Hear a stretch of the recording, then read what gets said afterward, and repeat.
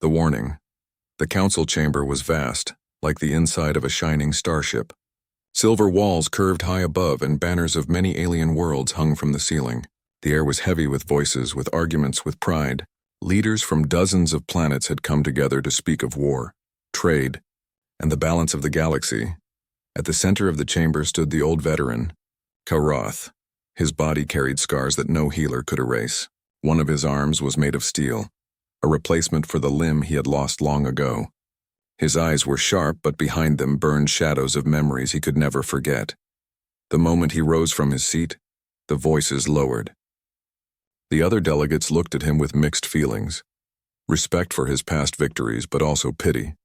Some whispered that the old soldier had lost his mind after too many battles. Others said he dreamed of glory that no longer existed. Karoth's voice was rough, deep, like the sound of stone grinding against stone. "Council of the Stars," he said, his words echoing across the chamber. "I bring you a warning. Listen well, for your future depends on it." A few leaders leaned forward with interest. Others laughed quietly, shaking their heads. Karoth continued, ignoring them. "Do not provoke Earth. Do not underestimate the humans.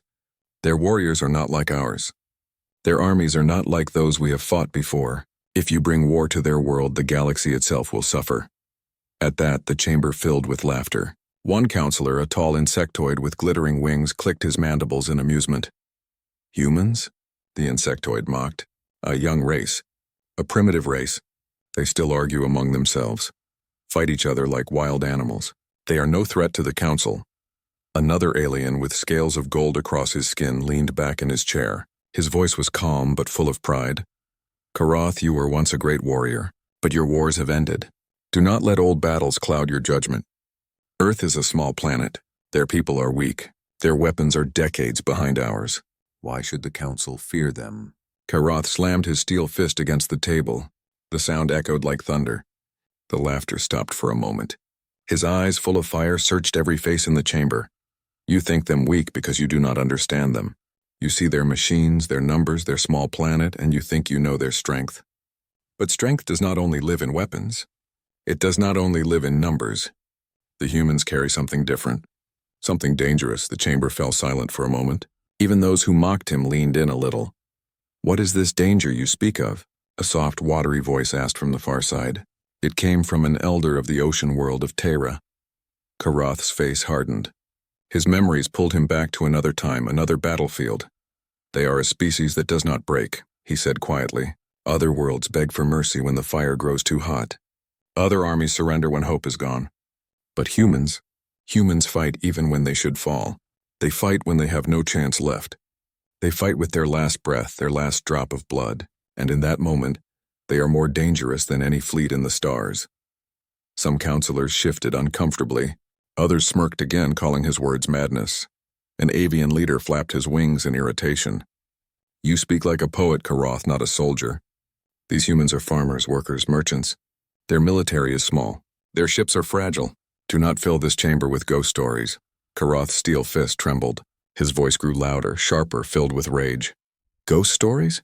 I saw them with my own eyes. I fought them. I lost soldiers to them. Do you mock the blood of my brothers who died screaming against human fire? Do you laugh at the truth written in their graves?" The chamber stirred. A murmur spread through the crowd. Some delegates avoided his gaze. Others stared at him with new doubt in their eyes. But then the golden-scaled counselor raised his voice again. "You are broken, Karoth. You carry wounds in your mind as well as your body. The war left you afraid of shadows. You see monsters where there are none." The insectoid counselor added with a cruel laugh. "Perhaps the humans frightened you, old warrior. Perhaps you are not as strong as the legends say." Karoth's eyes narrowed. He stood tall, towering over many in the chamber. His voice shook the walls. "Mock me if you will. Call me broken. Call me mad. But remember my words. If you strike at Earth, if you awaken their warriors, the galaxy will burn. Not for a day. Not for a year. But for generations. Because humans are not just soldiers, they are survivors. They will fight until nothing remains, and they will take you down with them." The silence after his speech was heavy. For a long moment no one spoke. Then the laughter began again, softer this time but crueler. The council dismissed him, waving him off as an old fool who dreamed of enemies in the dark. Karath lowered his head. His heart carried both rage and sorrow. He had done his duty, he had warned them. Whether they listened or not was no longer his choice. But deep inside, Karath knew the truth. One day the humans would rise. And when that day came, the galaxy would remember his words. The veterans past Karath sat alone in his quarters after the council meeting. The laughter of the delegates still rang in his ears. They had called him broken, called him mad. Yet, as he sat in the silence of his chamber, the memories returned like fire, memories he wished he could forget. He closed his eyes, and once again he was no longer in the shining halls of the Council of the Stars. He was young again, a soldier of the great Drakon fleet, strong and unscarred. The war banners of his people had flown proudly above his head. At that time they believed no enemy could stand against them. The Drakon fleet had crushed dozens of worlds. Civilizations bent to their rule. Resistance was always short, always hopeless. Karath had thought himself unstoppable. He had laughed at the weakness of other species, the way they begged for mercy when faced with true power. He had believed that war was simple. The stronger army always won. That belief died the day he first met the humans. It had begun with a simple mission. A human colony on the edge of their star system had refused tribute to the Drakon Empire. The council sent a fleet to teach them obedience. Karath, eager for glory, volunteered for the assault. When their ships arrived in orbit, the colony looked fragile, small domes of metal on a barren world, smoke rising from crude factories. The soldiers laughed. Some even placed bets on how many hours the humans would last before surrendering. But when the Drakon fleet sent their first warning, something strange happened. Instead of fear, instead of silence, the humans answered with defiance. Their leader's voice came through the comms. "We do not kneel. If you want this world, you will bleed for it." The veterans laughed at the humans' arrogance. Karath had laughed too. But when the battle began, the laughter died. The humans had no great warships, only small fighters and transport craft. Yet they fought like wolves, fast and merciless. They did not retreat when outnumbered. They struck the larger Drakon vessels with suicidal courage, sacrificing themselves to cripple engines and weapons. Karath remembered one moment with painful clarity. A single human fighter, burning and broken, dove straight into the heart of a Drakon battleship. The ship exploded in a ball of fire, taking hundreds of warriors with it. Karath had stared in shock. No other species he had ever fought would do such a thing. Most fought to live. Humans fought even when death was certain. The battle raged for days. The humans were outnumbered 10-1, but they fought with a fury that made even veteran soldiers uneasy. Karath led ground troops into the colony itself, expecting the civilians to beg for mercy. But instead of fear, he found resistance. Miners, farmers, even children stood against armored Drakon soldiers. They used mining tools as weapons, threw firebombs from rooftops, and refused to flee even as buildings collapsed around them. Karath remembered one old human woman, standing in the middle of a burning street with a shotgun in her hands. She fired until the weapon melted, and when it was gone, she picked up a broken piece of metal and swung it at soldiers 3 times her size. She fell at last, but even in death, her eyes blazed with defiance. That sight never left Karath. The Drakon fleet eventually destroyed the colony, yes, but the victory was hollow. Half their ships were gone. Tens of thousands of soldiers were dead. And Karath, who had once believed war was simple, now knew fear for the first time. In the years that followed, he faced humans again and again. Each time it was the same. No matter how badly they were outnumbered, they never gave in. They never surrendered. They fought with madness, with courage, with something the Drakon had no word for. Karath came to realize the truth. The humans carried war inside them. For other species, battle was an event, a choice. For humans, it was a part of who they were. One night, after a brutal campaign, Karath had walked among the ruins of another human colony. His soldiers cheered victory, but he saw only graves. Entire families had died fighting side by side with no thought of escape. And he asked himself, what kind of species chooses death over chains? The answer haunted him. Humans were not the strongest. They were not the most advanced. But they had a spirit that no empire could crush. That spirit was their true weapon, and it was far deadlier than any gun or starship. Karath opened his eyes in the present. His chamber was quiet, but his heart was loud. He had lived through these wars, had seen what humans could do. And now the council dismissed his warning as the madness of an old soldier. He rose to his feet, his steel arm gleaming in the dim light. The council thought him broken. They thought his stories were nothing but ghosts of the past. But Karath knew the truth. The galaxy had not yet understood the danger of Earth, but one day it would. And when that day came, all their laughter would die. The first encounter with Earth's warriors. The memory of Karath's first true encounter with human warriors was carved into him like a scar. Even now, years later, he could close his eyes and feel the ground shake beneath his boots, smell the smoke, and hear the cries of both alien and human soldiers. It had been during the first campaign against Earth's outer colonies. The Draken fleet had already crushed the skies above. Their ships ruled orbit, raining fire on cities below. Karath's unit was sent to secure the surface. The order was simple: break resistance, capture resources, enslave survivors. To Karath, it seemed like routine work. The dropships roared through the clouds and landed on the edge of a ruined settlement. The city was broken, towers leaning like wounded giants, streets cracked and burning. At first, Karath saw only silence. No enemy, no resistance, just the ruins of another defeated world. But then the humans came. They did not arrive in formation like soldiers of other races. They came from alleys, from rooftops, from the smoke. Their armor was mismatched, some military grade, some scavenged. Many wore no armor at all, only rags or mining suits. Yet every one of them carried a weapon. Rifles, pistols, knives, even sharpened tools. Karath remembered the first shots. They came sharp and fast, striking down 2 Drakon warriors before anyone knew where the fire came from. His soldiers roared and returned fire, but the humans moved like shadows. They did not stand and fight in lines. They struck and vanished, using the ruins like a maze. The Drakon soldiers cursed, confused by the chaos. Karath's orders were clear: advance, crush them, leave no survivors. His troops obeyed, storming through the streets. But every corner brought death. He saw a human child, no older than 12 by his guess, throw a firebomb from a rooftop, setting 3 armored Drakon ablaze. The child was cut down seconds later, but even in death he did not scream. His face carried only fierce defiance. Karath had fought many wars. He had seen courage before, but never like this. Courage that did not fade when death was near. Courage that seemed to grow stronger the more hopeless the fight became. As the battle dragged on, the humans' tactics became even stranger. One small squad fought Karath's unit for hours, refusing to fall back. They attacked with mad energy, firing until their guns overheated, then charging with knives when ammunition was gone. One human soldier, wounded and bleeding, laughed as he lunged at a Drakon with nothing but a broken piece of glass. Karath killed him himself. But the sound of that laughter stayed in his ears long after. The Drakon had always believed victory came from discipline and strength. But here was something different: chaos that refused to die. Every time Karath thought the humans would break, they fought harder.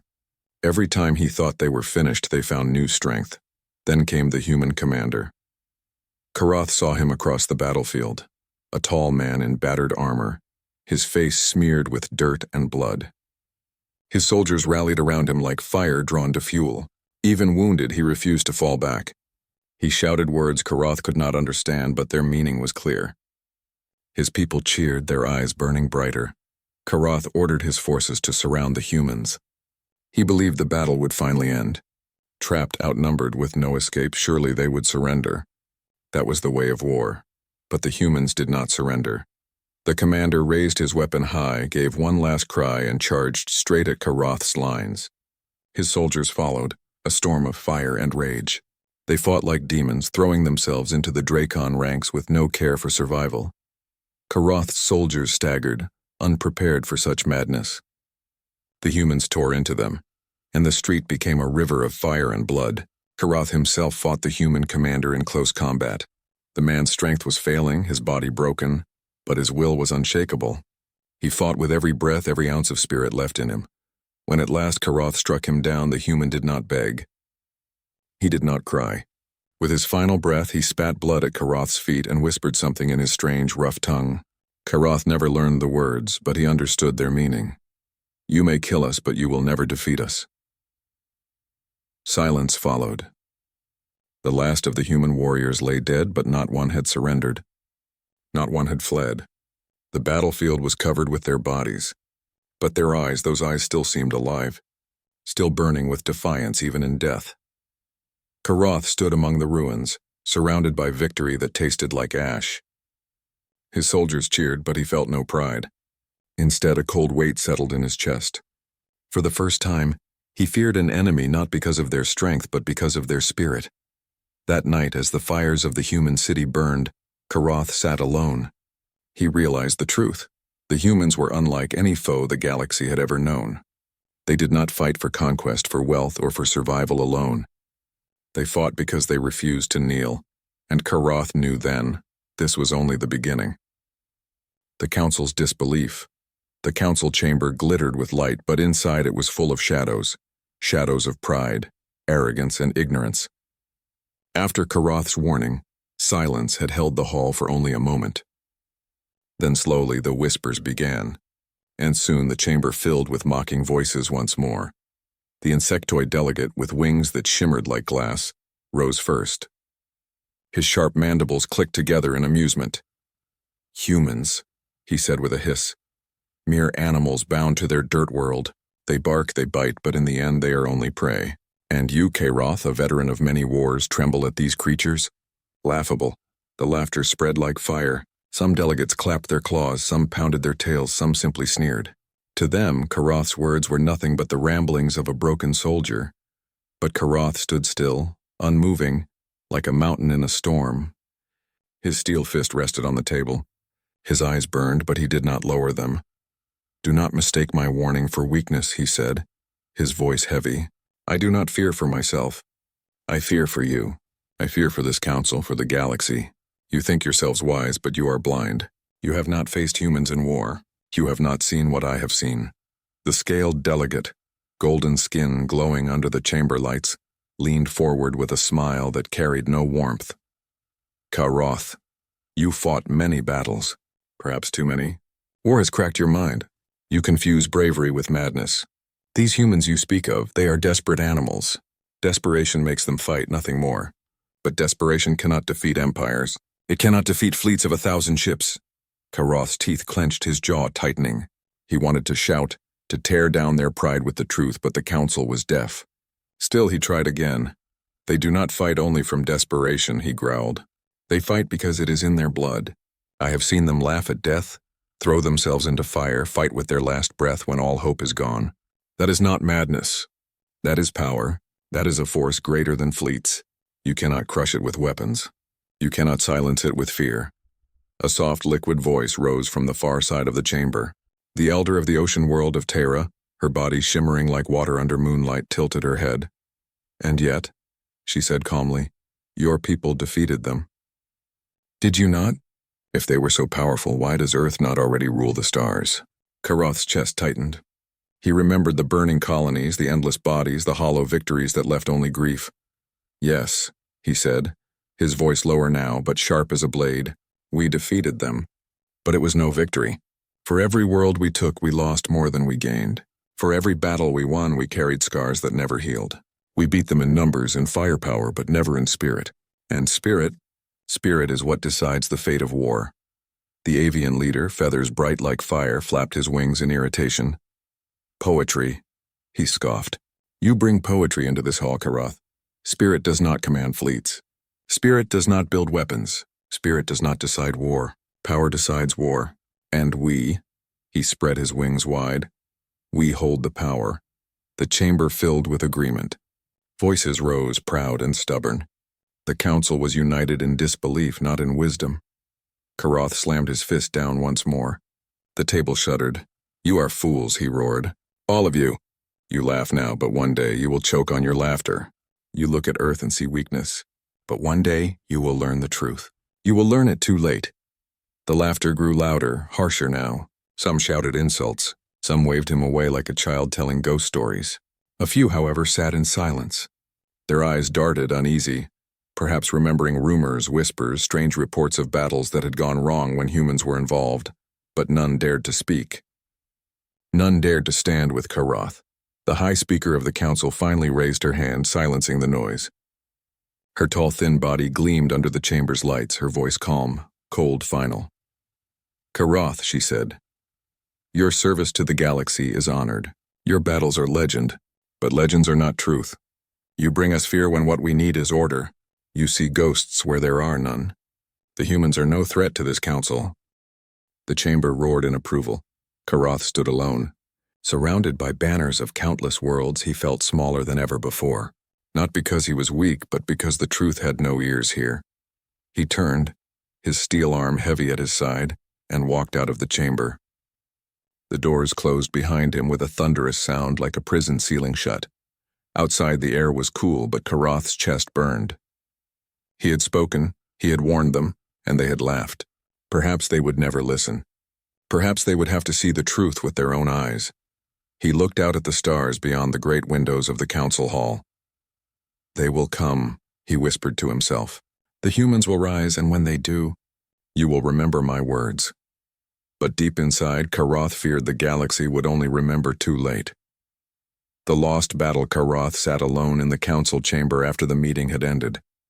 The other delegates had left with laughter still on their lips, dismissing him as a broken soldier who feared shadows.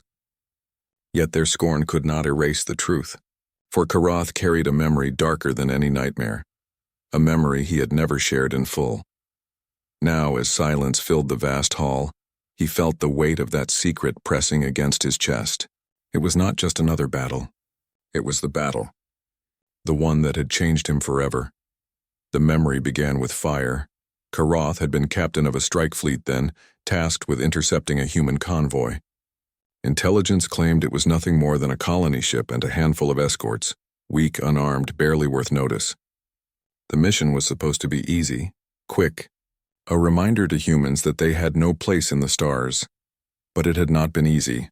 When the Dracon fleet fell upon the humans, they found a single massive vessel, a colony ship carrying families, workers, and supplies. Around it, only a few small crafts hovered, civilian ships converted into makeshift escorts. Karoth had expected the humans to surrender quickly, to beg for mercy as other species did when faced with overwhelming firepower. Instead, the humans fought. The escorts dove at the Dracon warships with reckless courage, firing every weapon they had even when it was useless. Some rammed themselves into Dracon hulls, tearing holes into ships far stronger than their own. Karoth watched as one human vessel, engines burning, smashed directly into a cruiser, destroying both in a blinding flash. At first, Karoth told himself this was desperation, nothing more. But then the true horror began. The colony ship itself, unarmed and carrying civilians, refused to flee. Instead, the humans aboard armed themselves with whatever they could find. Mining lasers, industrial drills, even fuel canisters turned into bombs. When Karoth's troops boarded, they were met not by soldiers but by workers. Men, women, even teenagers who fought like warriors. Karoth led the charge through the ship's steel corridors. He remembered the sound of boots on metal, the crack of human rifles, the screams echoing in the smoke-filled air. His soldiers cut down hundreds, but the humans did not stop. For every one that fell, two more stepped forward. Families fought together side by side, a father with a pipe, a mother with a welding torch, a boy throwing fire at armored soldiers twice his size. Karoth remembered one moment with terrible clarity. His squad cornered a group of unarmed humans in a storage bay. They had nowhere to run. Any other species would have dropped their weapons, begged for mercy. But these humans charged. They threw themselves at armored warriors with bare fists, with teeth, with nails. Screaming like wild beasts, the Draken soldiers killed them all. But not before 3 of Karoth's men lay dead. Their throats torn open, their armor shattered. It was madness. Madness given flesh. The deeper Karoth's forces pushed into the colony ship, the fiercer the humans became. Fire filled the corridors. Explosions rocked the decks. The humans fought with such rage that even Karoth's veterans faltered. Soldiers who had faced countless wars trembled at the sight of miners and farmers fighting to the death with broken tools. And then came the final act.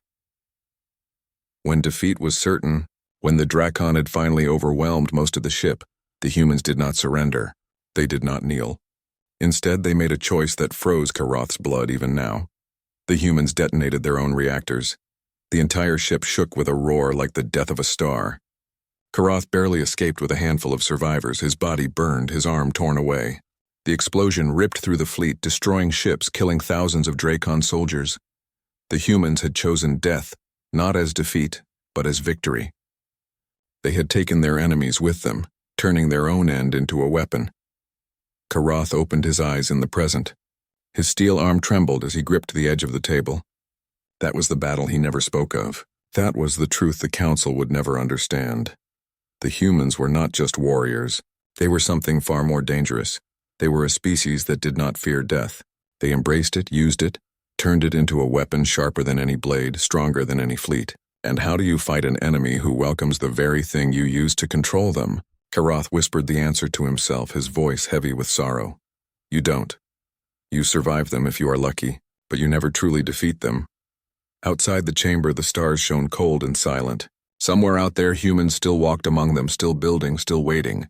The Council might laugh, but Karath knew the truth. The lost battle had not been just a defeat of ships and soldiers. It had been a warning, a promise written in fire and blood, and one day that promise would come due. The human secret, the Council chamber, was restless. Though most delegates had laughed at Karath's warnings, a faint unease had begun to stir in the hall. Whispers spread like thin smoke, rumors of human battles, strange reports from border scouts, stories that sounded too wild to be true. Karath stood once more. His scarred face looked older than the stars carved into the walls. His steel arm gleamed under the lights as he lifted a small device onto the council table. You mock me, he said, his voice calm now, but heavy with iron. You think I bring fear where none exists, but I have proof. The device flickered to life. Holograms lit the chamber, casting ghostly images into the air. First, they showed soldiers in battle, alien troops charging humans only to be cut down by smaller, weaker forces that refused to break. Then came medical scans, raw data collected from fallen human prisoners. Karath pointed to the flickering images. Here, look. This is what your arrogance refuses to see. The humans are not like us. Their bodies hide secrets that make them dangerous beyond reason. The delegates leaned forward, curiosity pushing past their pride. What secrets? The avian leader demanded, his feathers ruffled. Karath's eyes narrowed. Pain, he said. Do you know what happens to a human when they are wounded? Their bodies flood with chemicals. Not to weaken them, not to shut them down, but to make them fight harder. They bleed, yet they charge. They break, yet they rise. Their own suffering turns into fuel. The insectoid delegate hissed, unconvinced. Lies. Pain weakens all creatures. Karath slammed his steel fist against the table. No, not them. I watched a human with a broken leg crawl across a battlefield, dragging himself with his arms, firing until his weapon melted. I saw another stand with half his body burned, still holding a knife, still laughing as he fought. They are not weak in fear or pain. They grow stronger. The hologram shifted again, showing brain scans of humans under extreme stress. The images glowed with strange patterns, bursts of energy where other species showed only collapse. Karath continued, his voice sharp. And fear. Fear is no weapon against them. It is their ally. When fear takes other species, it freezes them, blinds them, breaks their courage. But humans? Fear sharpens them. It makes their hearts beat faster, their muscles stronger, their reflexes quicker. They are built to fight under fear. They are designed for survival through terror. A ripple of unease spread across the chamber. Some delegates shifted in their seats. Others avoided Karath's gaze. The elder of Terra, her body like liquid silver, whispered softly, Then they are a species of madness. Karath shook his head. No. They are a species of survival. Their world forged them this way. Earth is a death world. Storms that tear the land apart, seas that swallow villages, beasts that kill without warning. On that world, the weak do not live. Only those who fight, only those who endure pass on their blood. For millions of years, humans were shaped by war against their own planet. That is why they carry war in their bones. The council chamber was silent now. No laughter, no mocking voices. Only the low hum of the hologram and the weight of Karath's words. But the golden-scaled delegate finally spoke, his voice steady, though his eyes flickered with doubt. Even if what you say is true, they are still only one species. One world. The galaxy holds thousands. What can Earth do against us all? Karath's gaze burned into him. They do not need numbers. They need only time. I have seen it, how they adapt. Give them a scrap of technology and they twist it into weapons. Give them defeat and they turn it into strength. Every battle teaches them. Every loss makes them sharper. They are not the strongest today, perhaps not even tomorrow. But if war comes, they will learn faster than you can imagine. And when they rise, nothing will stop them. His words hung in the air like a blade. Some counselors lowered their eyes. Some clenched their fists. For the first time, true fear flickered in the great hall. But then the high speaker rose, tall and cold as stone. Enough, she said, her voice slicing through the silence. Your stories are dramatic, Karath, but this council does not rule by fear. We rule by power, and power does not belong to Earth. You bring us tales, not threats. This meeting is finished. The chamber stirred again. Some delegates sighed with relief, eager to return to their pride. Others whispered, uncertain, their doubts hidden behind calm faces. Karath deactivated the device. The holograms vanished, leaving only the dim light of the chamber. He turned his gaze to the stars beyond the great window. They will come, he whispered again, so soft only those nearest could hear. Not because they want conquest, but because the galaxy will force their hand. And when they do, you will understand the secret I tried to tell you. Humans do not break. They endure. And in the end, endurance always wins. The council ignored him. But deep inside, Karath knew the truth. The secret of humanity was not in their weapons nor their numbers, but in their will. And no empire could outlast that will forever. The future war, the council chamber emptied at last. Voices faded into distant corridors, leaving only silence and the echo of arrogance. Karath remained alone, his steel arm resting on the cold table, his heart heavier than any armor he had ever worn. They had not listened. They had never listened. Perhaps they never would. He rose slowly, each movement burdened by memory. His scars ached. His metal arm whined softly as it shifted. He walked to the great window that looked out over the stars. The galaxy stretched before him, endless, beautiful, and doomed. They will come, he whispered, his reflection staring back at him. And when they do, all your power, all your pride will mean nothing. Far away, under a blue sky on a quiet world, a human commander stood on a training field. The air was filled with the sound of shouts, of boots striking the ground, of weapons snapping into readiness. Rows of men and women trained together, their faces hard, their eyes sharp. The commander, his face lined by both age and war, studied them with pride. These were not soldiers by birth. Some had once been farmers, some miners, some engineers. But now they were something else. They had chosen to fight, not because they loved war, but because they refused to kneel. Remember this. The commander's voice boomed across the field. The galaxy does not respect us. They see us as weak, as children, as fools. Let them laugh. Let them mock, because when the time comes, they will learn what it means to face humanity. They will learn what it means to fight those who never give up. The soldiers roared in answer, their voices shaking the earth. Back in the stars, Karath moved through the halls of the council station. Delegates passed him, their eyes full of pride, full of blind certainty. They nodded politely, never knowing that the man they dismissed as broken had seen more truth than all of them combined. In his mind, he saw it clearly, the future war. He saw fleets of alien ships descending on Earth, their weapons blazing. He saw human cities burn. He saw families torn apart. But then he saw what would follow. He saw humans rising from the ashes. He saw them adapt, build, strike back with fury greater than fire. He saw them take the weapons of their enemies and turn them into tools of their own. He saw them fight in the void of space, on frozen moons, in the ruins of their own worlds, and never yield.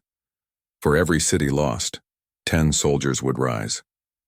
For every death, 100 voices would cry out in vengeance. The galaxy would drown in a storm it had unleashed upon itself. Karath stepped into the shadows of the station, his thoughts heavy. The council thought humans were weak because they lacked fleets, because they lacked empires, because they lacked numbers. But Karath knew the truth. Humans did not fight for empire. They did not fight for conquest.